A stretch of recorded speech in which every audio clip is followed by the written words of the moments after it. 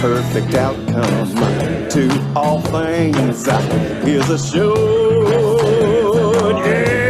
Yeah, perfect outcome to all things is assured. Yeah, I'm getting stronger every day because my faith leads the way. A perfect outcome to all things is assured. In every situation, there's a blessing somewhere. Come gather, brothers and sisters, and we'll see that it is there. Ooh, I need you, you need me. Yes, you do. And that's how our happiness is guaranteed. Take it, boys. And now, in all your doings, be you blessed. Through you is ushered in a world unseen, unheard, yet truly there. Holy are you, and in your light, the world reflects your holiness. For you are not alone and friendless. I give thanks for you and join your efforts on behalf of God, knowing that they are on my behalf as well, and for all those who walk to God with us. Sing it with me. A perfect outcome to all things is assured. A perfect outcome to all things is assured. I'm getting stronger every day because my faith leads the way. A perfect outcome to all things is assured. A perfect outcome to all things, yeah, is assured. Wee doggy!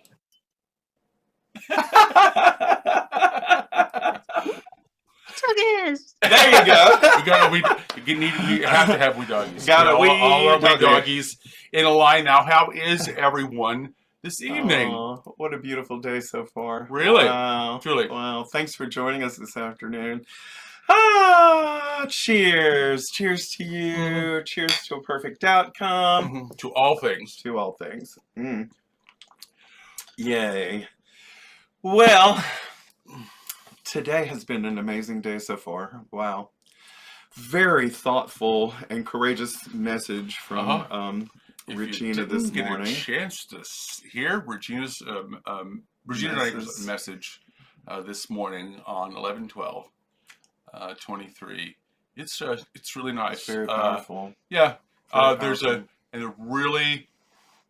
I think it's so common. I think her realization is like the elephant in the room.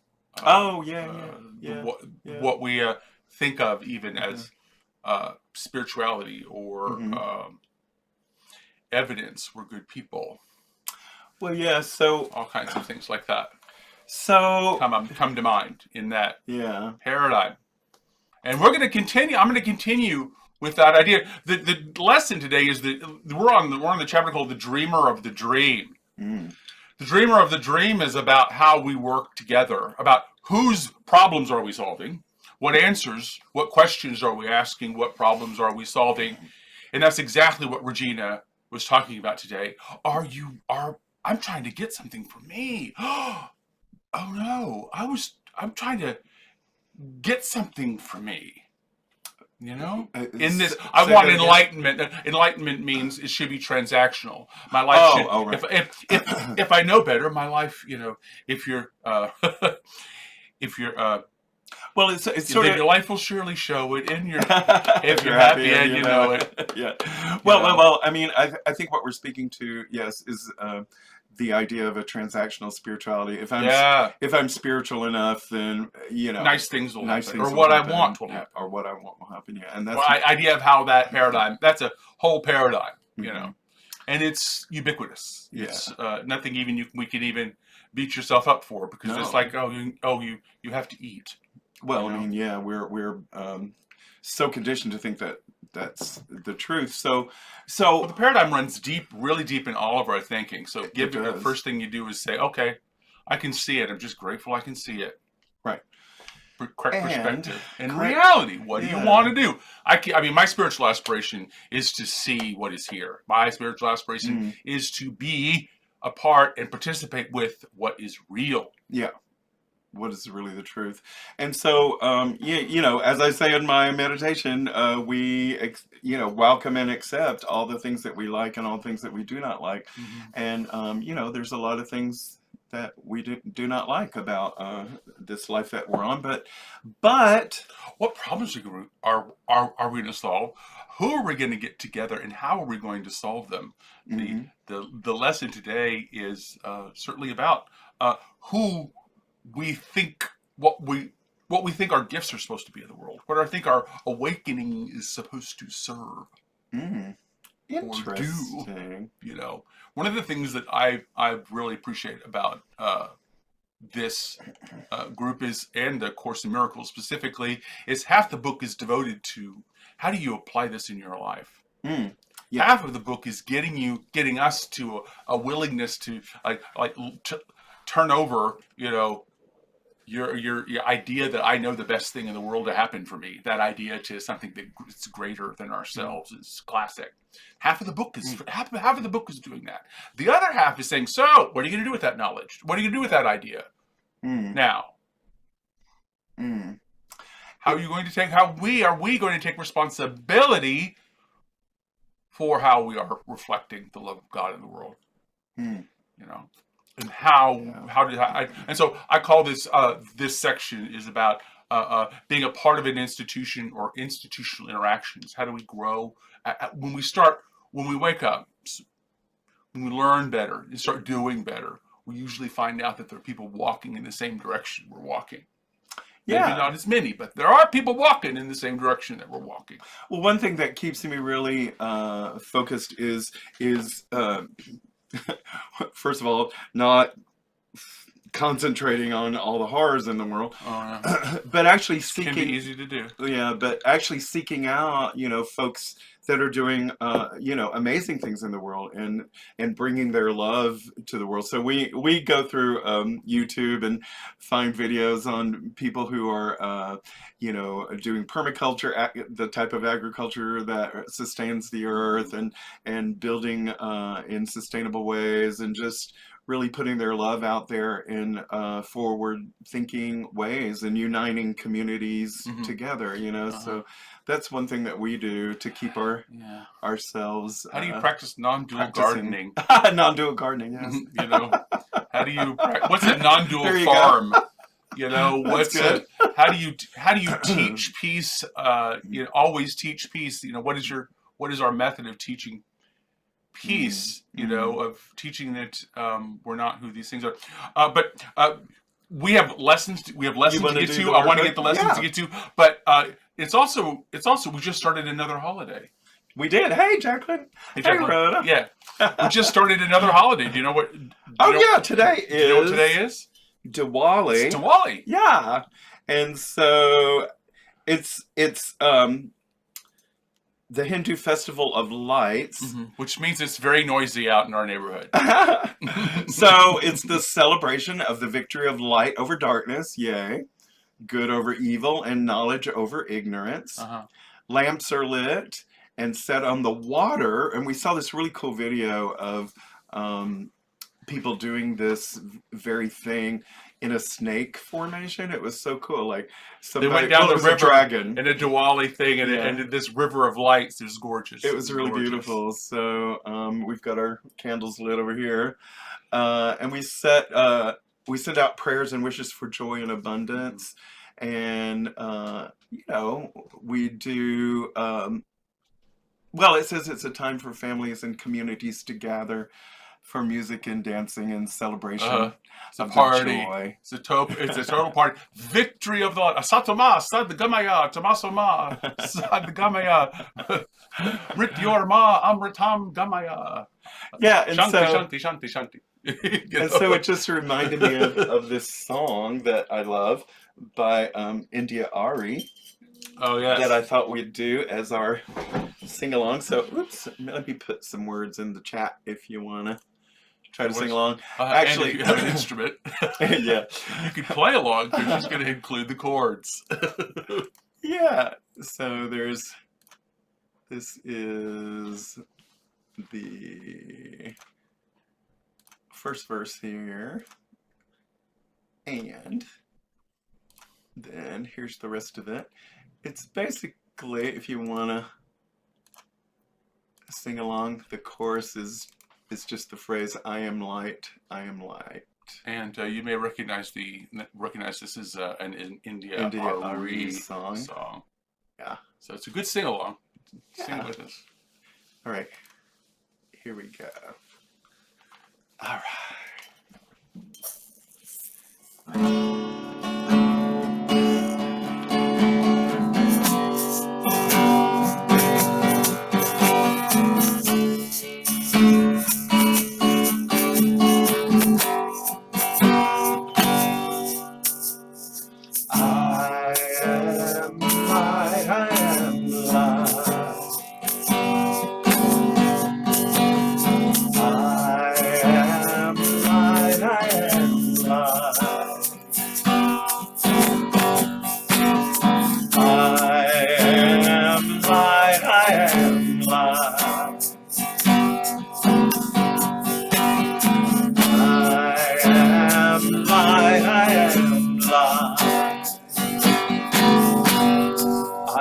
The things my family did. I am not the voices in my head. I am not the pieces of the brokenness inside. I am light. I am light. I am light. I am light, I am light. I am light, I am light.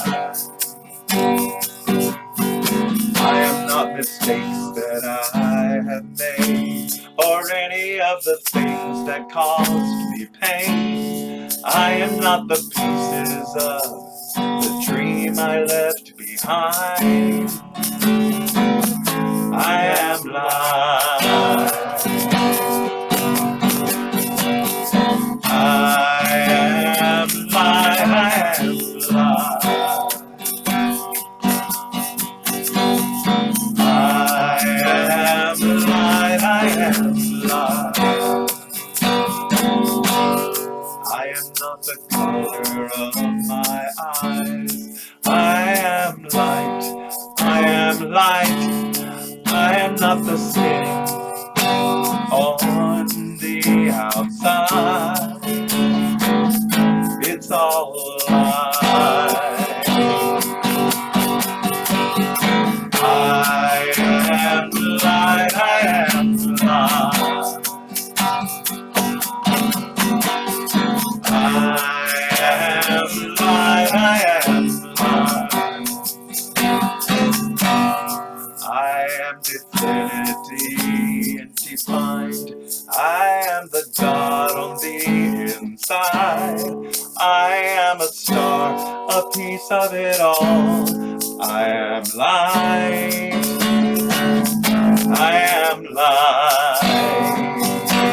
Here we go last time.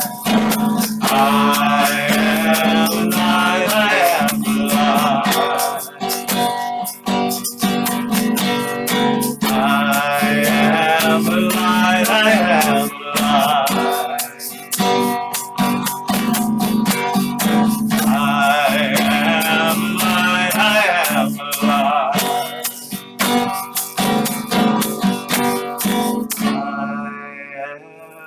light. I am light. We are light. Thank you, Connie. Turns out.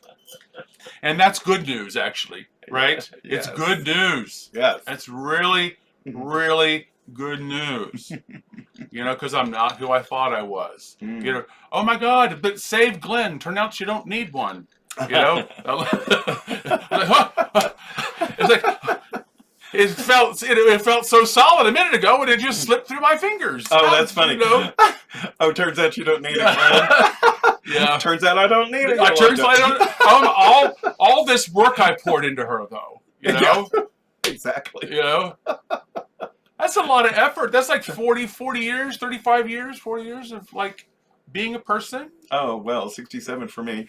59 for At you. least, And like Regina's saying, I just unpacked this yesterday. There was still a little bit. You keep going back, and you go, shh, and you go, wow, I'm so grateful. And you see it again in a new way. Just was like going through A Course in Miracles every year. I see it in a new way. You know why? Because the person who's looking isn't bound by the same filters and seeing that the last time we looked at it.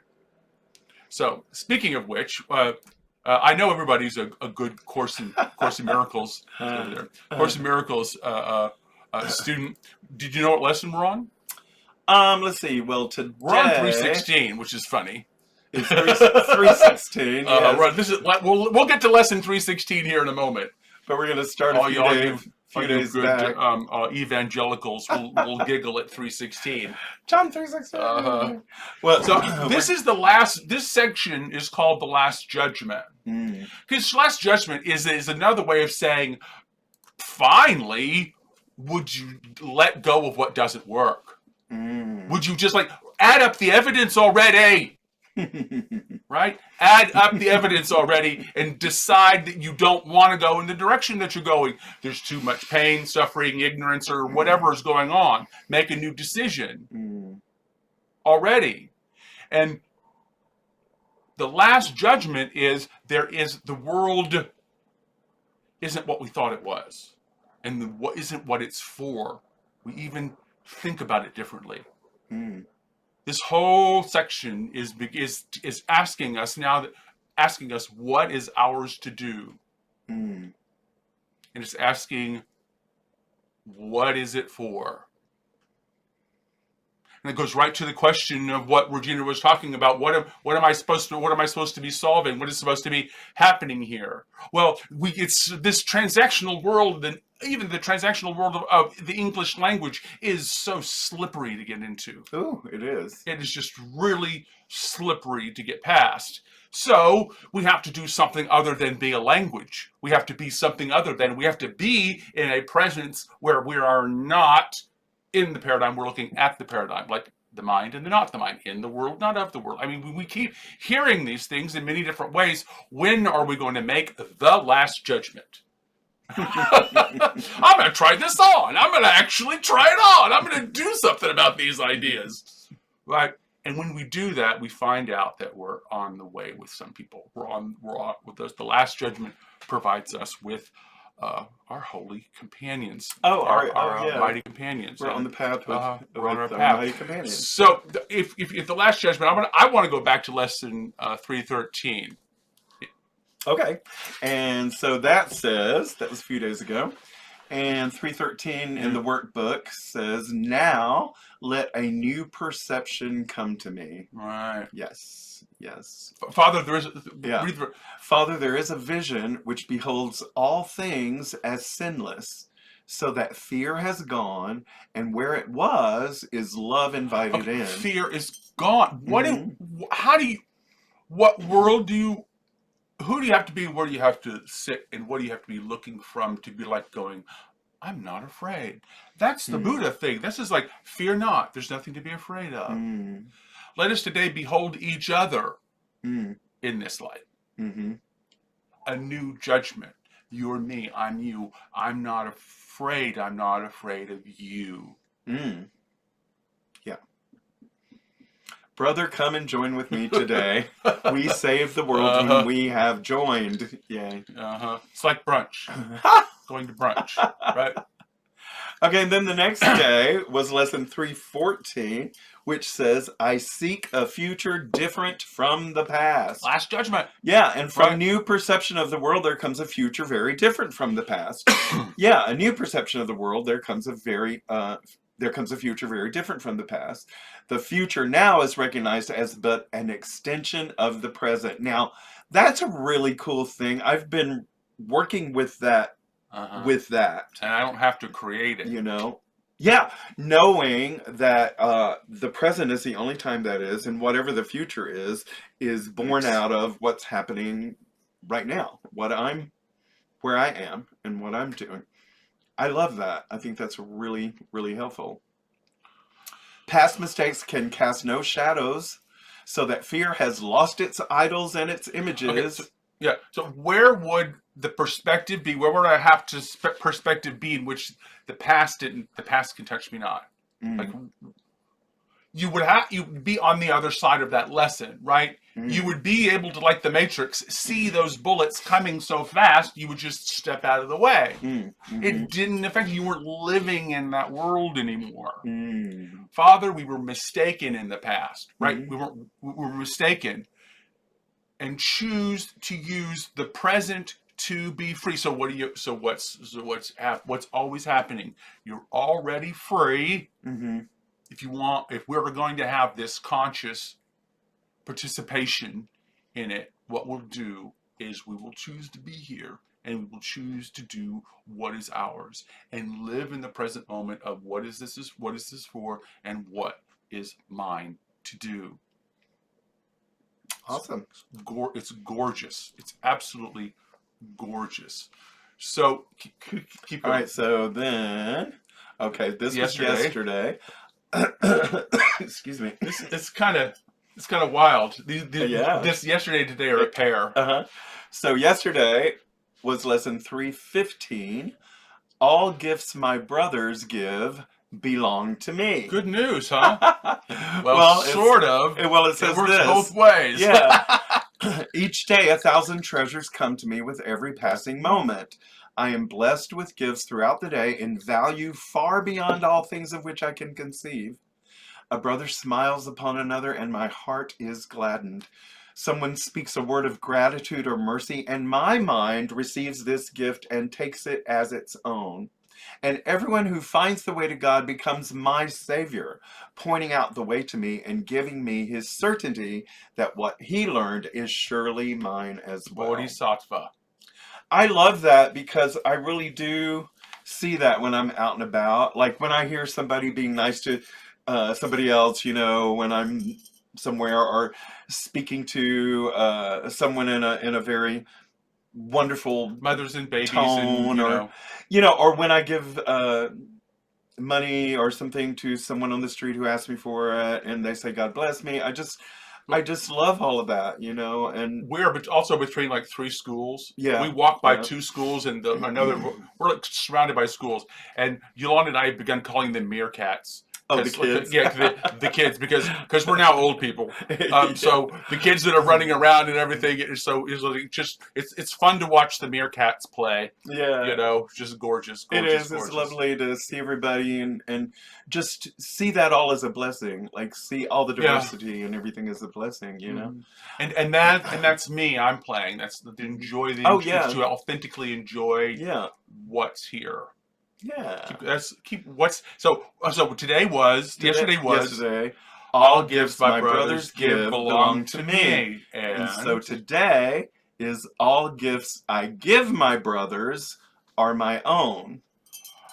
Okay. So that's a conscious understanding of the first. That's an action we take if we understand the first concept, this is what we would do. This is the action. This is how we play this. This is how this action is a participatory thing. So it begins like it says, as every gift my brothers give is mine, so every gift I give belongs to me.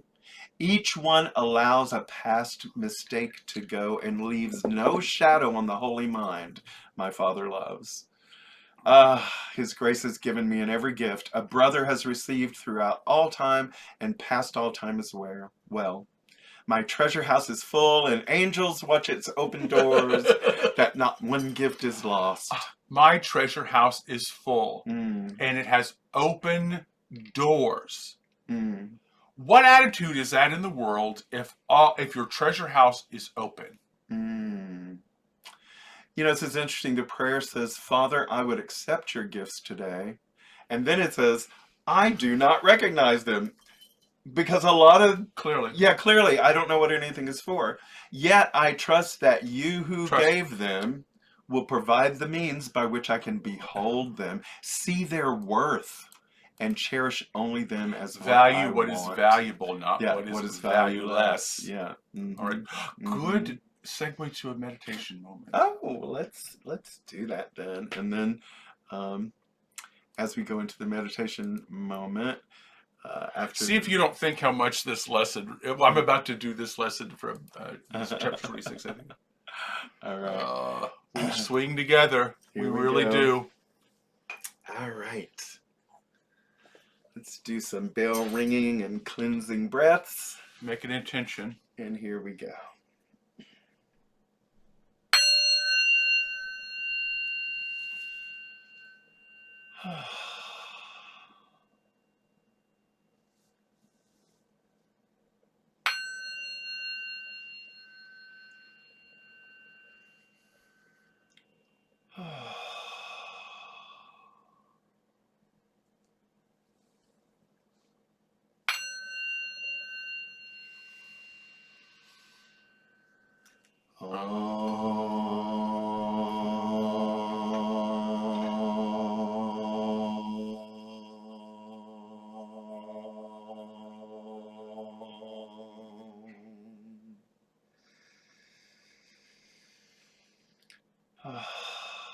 Today we celebrate this community, this time of being together, this circle of love that we are co-creating every time we are together. And in this circle of love, we know, we accept, we invite even, we welcome everything into this circle, everything that we like, everything that we do not like, and our uncertainty about things maybe in the future, or our burdens that we may feel today, but also our joys and our gratitude and our knowledge that if we just listen to that intuitive voice that is very quiet, we can follow the guidance that is set for us. And we can live in this love and in this light in practical ways in our lives in this world. Blessed be, and so it is.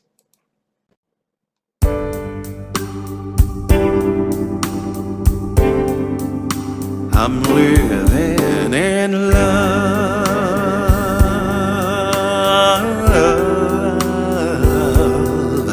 and light. Yes, I am. I'm living in love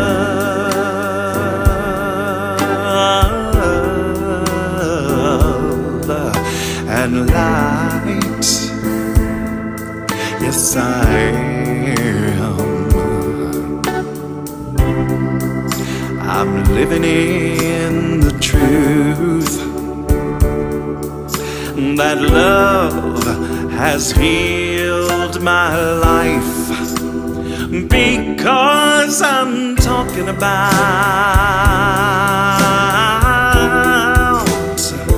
yes, I am talking about, I'm talking about love.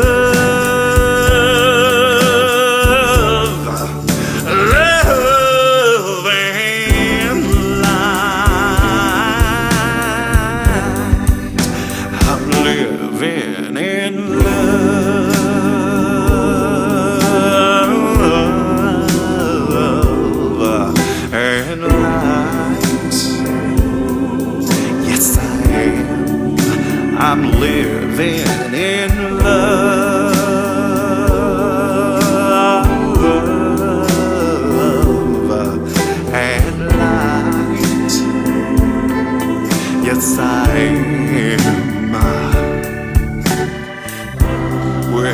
I'm living in the truth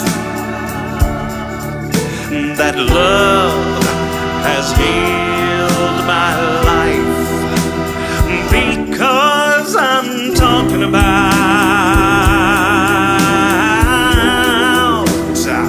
yes, I'm talking about, I'm talking about love.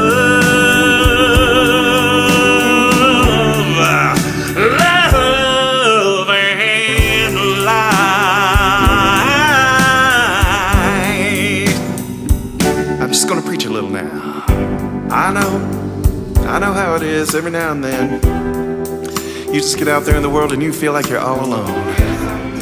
But let me tell you something. There's nothing to fear because you are not alone. Just look deep inside yourself. Are you breathing? I ask you, are you breathing? Okay then, God is with you. There's nothing to fear. Just step out that door and walk into the world, and you're living in the truth that love has healed your life, because I'm talking about, yes, I'm talking about, I'm talking about love. Love and light. Love and light. Love and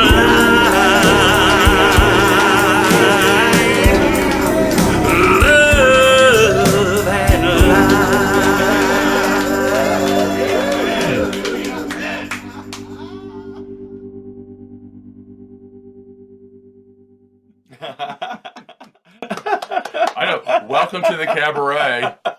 I know. Oh, thanks, Oh, Sean. wow. I'm glad you enjoyed it. Yeah. It's Wow. fun. Living in the truth that love has healed my life. It could happen. It's happening right now. It could. So, Yeah. we are on. Well, let me first say we're on. So you can find it in the book. I know it's right in front of you. The text. The text. I know the text. Of course, this is right in front of you. I know it is. Chapter 27, the healing of the dream. The healing of the dream. The dream is like, oh, what we think, what it was supposed to be happening. Now she wants to talk about the dreamer of the dream. Where am I looking into this? What is my responsibility in this dream? What's my responsibility in being awake, alive, and love in the full presence and the truth of the living God, and in the world? You know, what in the world? You know, the dreamer of the dream. So the image I used is I'm sure you've seen these in probably team building exercises where everybody gets a little piece of something as they walk in the door, and then you have to figure out the piece to figure out who's on your team or something like that. Have you ever done something like that? So I'm like, these team building exercises, you have to go talk to everybody and find out which of the ones that are on your thing makes you want to throw bricks, doesn't it? Anyway. The image I use of no opinions, right? The image I want to use is like, that's the negative idea of it. The positive idea of it is we need everybody's contribution, right? We need everybody's perspective in order to make a better decision, right? That's the idea of it. But I wanted to get you the idea of everybody. Where do I fit in? What's my network? And where do the thing is? I wanted to put that in your head so that we could use that concept to serve us. To like say everybody is a cooperative component, whether I can see it or not. Oh, everybody brings something to the table, whether I can see it or understand it or whatever, right? Everybody has a piece, right? That's so interesting that you said that. Out of God, right? That's so interesting that you use that term. Well, that you use that term to include like, everyone, no matter what's going on, because resistance, whatever. Now, that's so all of it is a cooperative component to the whole. You know, we can't have anyone left out of the paradigm. You know, of the Well, we want, but there's the world is set up to give us incentives to believe that if this was excluded, it'd be just perfect. Right.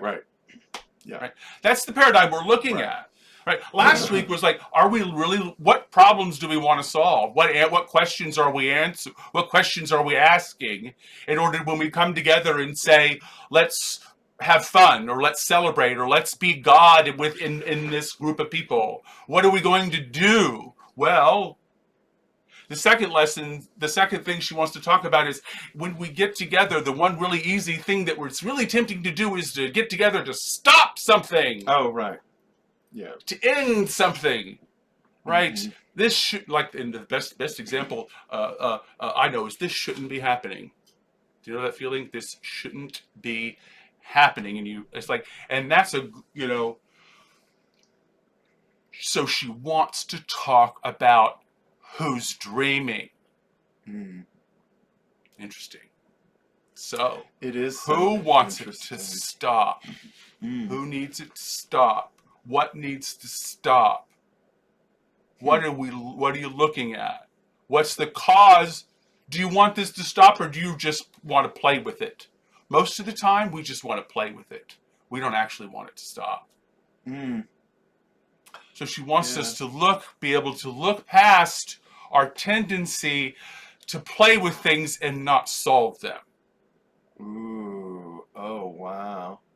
I can see that because... And this is rampant in what I call in this section institutional understanding or institutional relationships. Who we are in a group of people and what different groups of people, how different groups of people interact in the world and their intent and what we move for, what we ask for, what's God, how do we act with this knowledge. All right, well, we better get to it because it's 22. Okay. Well, that's a lot of it. Nutshell. So too long didn't read. So let's go. Okay. We did this in about 20 minutes last time. So go. Okay. So we're going to do some highlighted passages from A Course in Miracles, chapter 27, The Healing of the Dream, section 7, The Dreamer of the Dream. And the first paragraph is, suffering is an emphasis upon all that the world has done to injure you. Keep going. Just keep going. I did the whole speech ahead, so. He, my misperception, must be innocent because he knows not what he does, but what is done to him. Yet is his own attack upon himself apparent still. For it is he who bears the suffering, and he cannot escape because the source is seen outside himself. Now you are being shown you can escape. All that is needed is you look upon the problem as it is and not the way you have set it up. Oops. The problem is absurd when clearly seen. No one has difficulty making up his mind to let a simple problem be resolved if it is seen as hurting him and also very easily removed. Which is why this chapter comes in the section, The Last Judgment. This is about suffering and conflict. What do we do when we're looking at suffering? What do we do when we're looking and actually confronting conflict? What are we doing? Well, reminder here is the world is happening. The world is not happening to you. Right? The world is not happening to you. You are happening to the world. Yeah. And the reminder here is that we are unconscious of our our own attacks on reality. Right. But we are in conflict. But each of those bits of conflict are, in this paragraph, she says, are an attempt at peace. That's why we can forgive them quickly. The request she makes is to be present to what is happening, your discomfort, what's happening, whose opinion, what are we trying to solve for, to be present, what is happening, what perspective are we taking, and we put these conditions because we have put these conditions together and in motion a whole long time ago, collectively. because we're not one person, it's separate.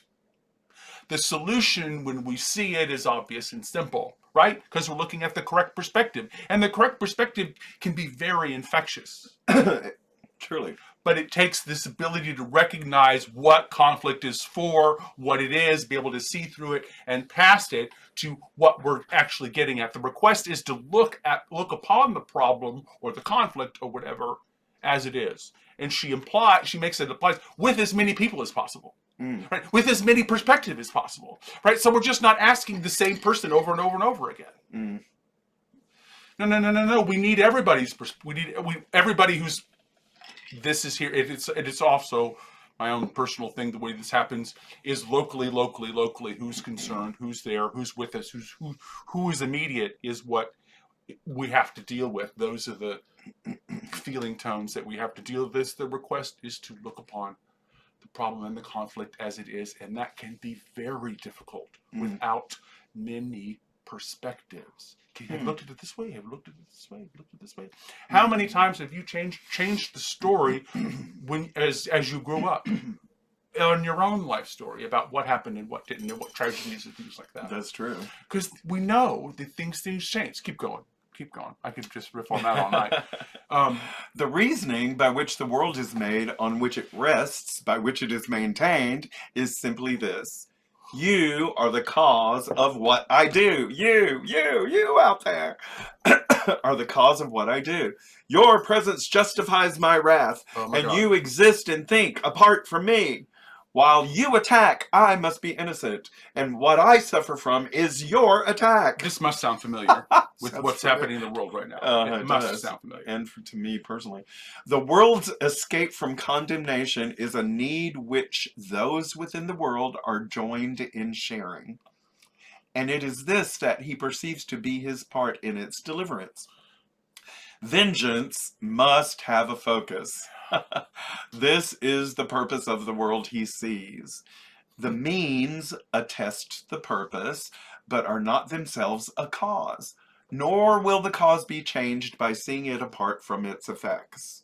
And dwell not on the suffering and sin, for they are but reflections of their cause. Good advice. She wants to talk to us about attack and the cause of suffering.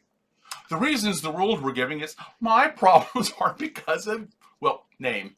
Yeah. Figure out something. I must get vengeance. Instead of, look at it in a way that solves the problem, or I heal and grow from it, or learn from it, or expand from it. No. The solution is vengeance. And this she calls the business of the world. Tell me you don't recognize this. She's asking us to see through it. It doesn't have to be fixed. Don't get muddy. Don't stick your hand on the tar baby.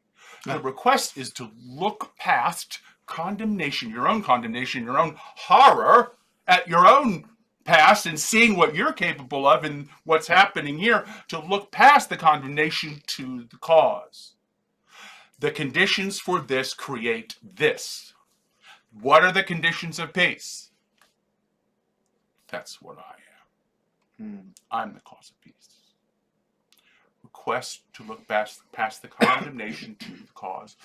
The creations to help me create the conditions for what is healing, what is best, what grows, what learns, what expands. The reminder here is sin is also a reflection of its cause. The cause being our belief that we're incomplete or broken. In these rooms we call it the I'm bad belief. The error here is that means attest to motive, not cause. Do you hear that? Means, what I'm doing, attest to, shows me my motive, not my cause. So she says if you know that, you can see that, you will see that vengeance is not means matching ends. Because that's what we have to do.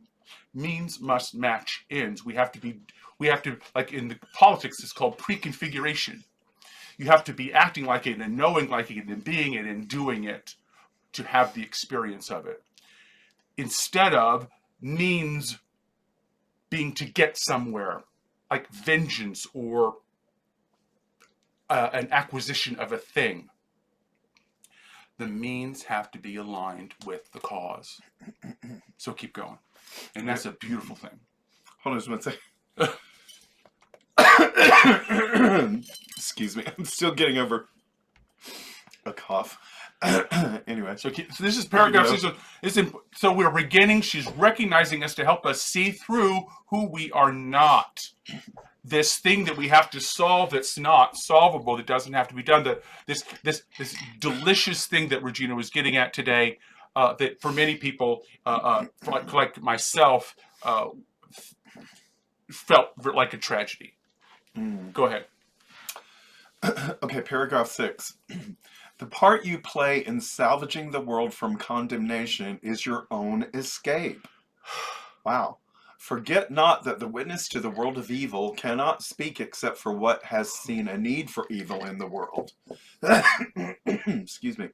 Seeing the need for evil in the world. Keep going. In separation from your brother was the first attack upon yourself begun, and it is this the world bears witness to.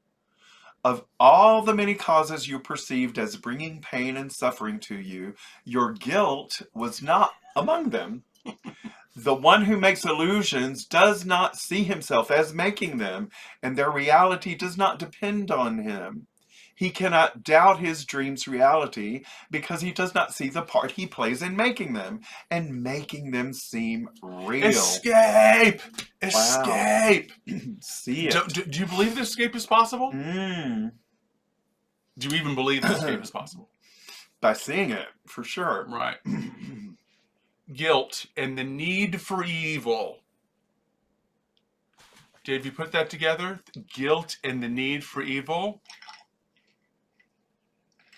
We need to witness sin so we have something to do other than awaken. I got to be about punishing and keeping score and doing all this stuff. It creates a victim perspective. Yeah. Something that needs to be attacked, something that needs to be separate, something that needs to be not me or fixed or cleaned up or whatever it is. Then she reminds us again and goes, oh, you guys are smart enough to know at this point, chapter 26, that attack upon anybody is attack upon yourself. And it really isn't an attack. All it is a witness to separation. And you can even escape that if you'll use the tools and be present to it. You can even escape that because you can even see through that, although it will tell you it's as thick as the wall. The request is to see the part that we play in creating the conditions or the escape from suffering. What presence are we? To really request to see the part that we play in creating the conditions for our escape, the escape of others, conditions of peace, and the establishment of the experience of reality, whatever you want to call it. Or, like, let's continue suffering. Let's continue running down and bopping the heads of the material things as they pop up instead of doing anything with cause. Let's just, like, shuffle this deck of cards. There's a lot in the world that supports you shuffling the deck of cards instead of doing what is yours to do in the world. Okay, so continuing on. The reminder is our goal is salvaging, not saving. The goal is to salvage the world, not saving it. We're salvaging it from our own, using it for our own destruction, and using it for the expression of the love of God and the conditions of peace. Salvaging it instead of saving it. The world does not need to be saved, but it certainly does. The other thing in the course, it certainly doesn't be saved from you. Another is to be saved from you. That's another line in the Course in Miracles that I like. The world does not needs to be saved, but it does need to be saved from you. Oh, that's funny.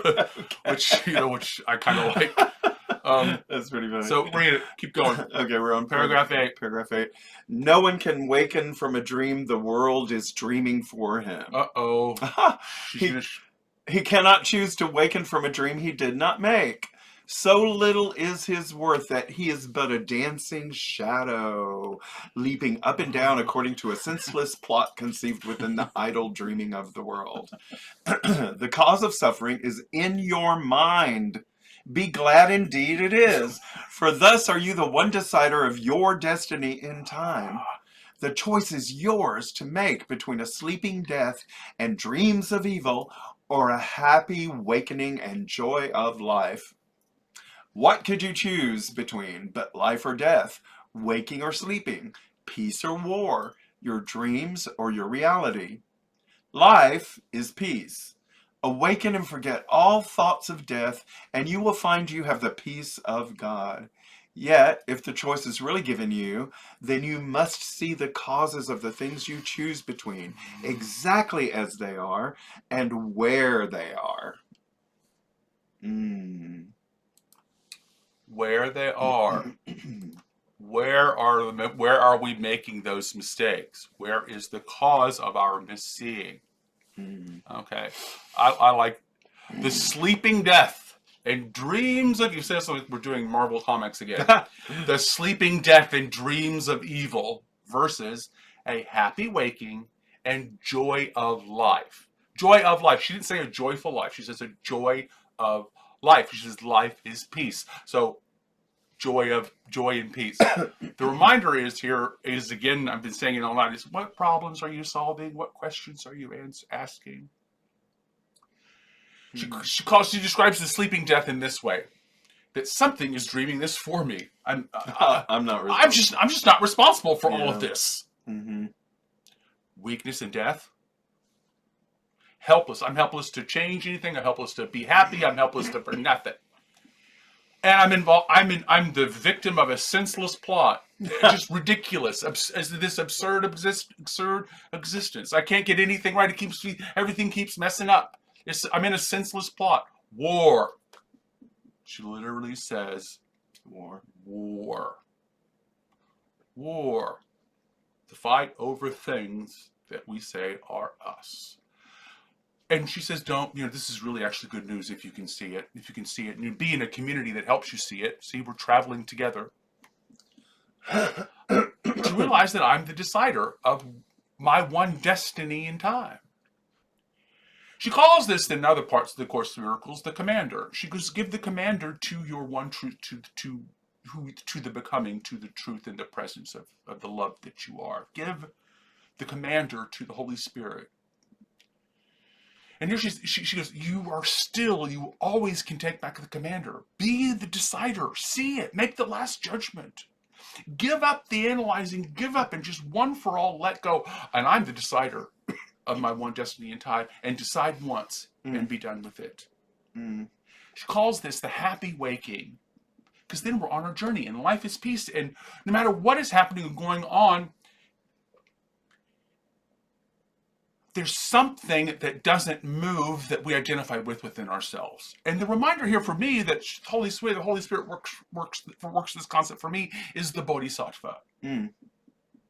To be God and the Christ and the anointed, to do what I am to do, to authentically do what I am to do without criteria for what anybody else is doing. And I've got 6 minutes and we've got a few paragraphs to do. So we should move on. We're going to move on. An honest choice could never be perceived as one in which the choice is split between a tiny you and an enormous world with different dreams about the truth in you. The dreaming of the world is but a part of your own dream you gave away. It started by your secret dream, which you do not perceive. This is the secret dream. It's unconscious, and the clues are, and we see this already, the tiny me in the big world, and then action we take. We've given away our agency and our power to the illusion. She's asking us to really be honest about that. The reminder is this unconscious action creates our experience of peace. Whether conscious, unconscious is creating our ability to experience peace. This filter, see it or not, whether we're conscious. Keep going. Okay. And others help us do that. This is a group process. Okay. You become the scavenger. Well, let's go down to 13. You are the dreamer of the world of dreams. So fearful is the dream, so seeming real, he could not waken to reality without the sweat of terror and a scream of mortal fear, unless a gentler dream preceded his awakening and allowed his calmer mind to welcome, not to fear, the voice that calls with love to waken him. This is the promise of a gentler dream in the process of awakening, if we'll be even present to the process.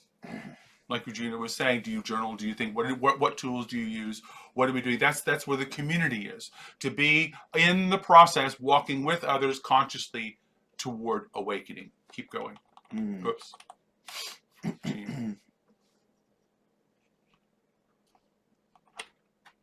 All right, here we go. Accept the dream he gave instead of yours. Oh. It is not difficult to change a dream when once the dreamer has been recognized.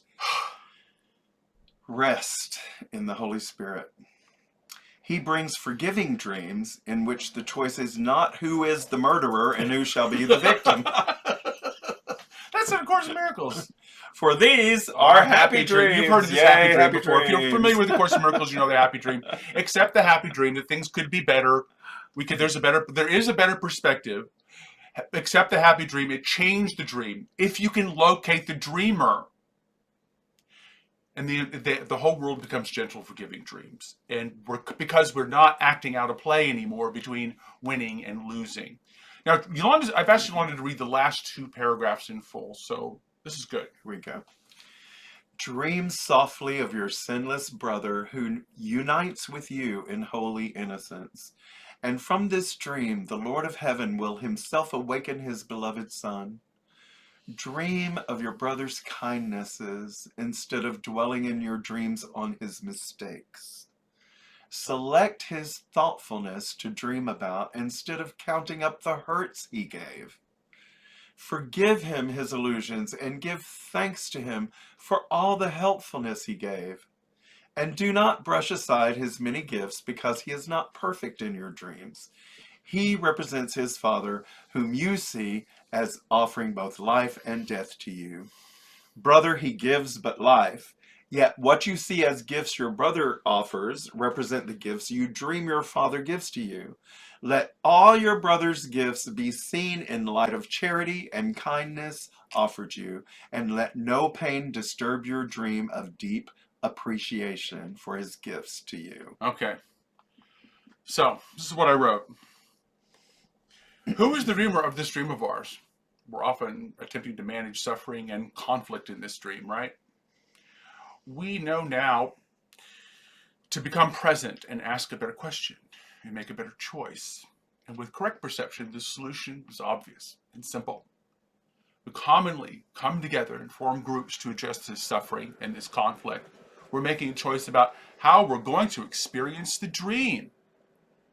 It's tempting to coalesce around stopping something, preventing something, or to attack a person or an idea. This is a choice for separation, and it's the cause of suffering and conflict itself. Our task is to coalesce around creating the conditions of peace for ourselves and working with others to create those conditions for others. This unrecognized choice for separation is the unexamined guilt we feel.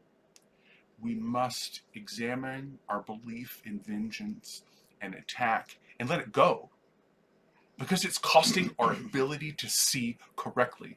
The world is our friend and has many, many gifts for us. Can we see them? I'm Reverend Glenn Morton Gannery, your favorite anarchist preacher. And remember to trust the voice that likes you. She will tell you that we are one. And she will tell you how to act like it. And remember to stay tuned. Thanks for joining us tonight, y'all. Thank you so much. Stay tuned.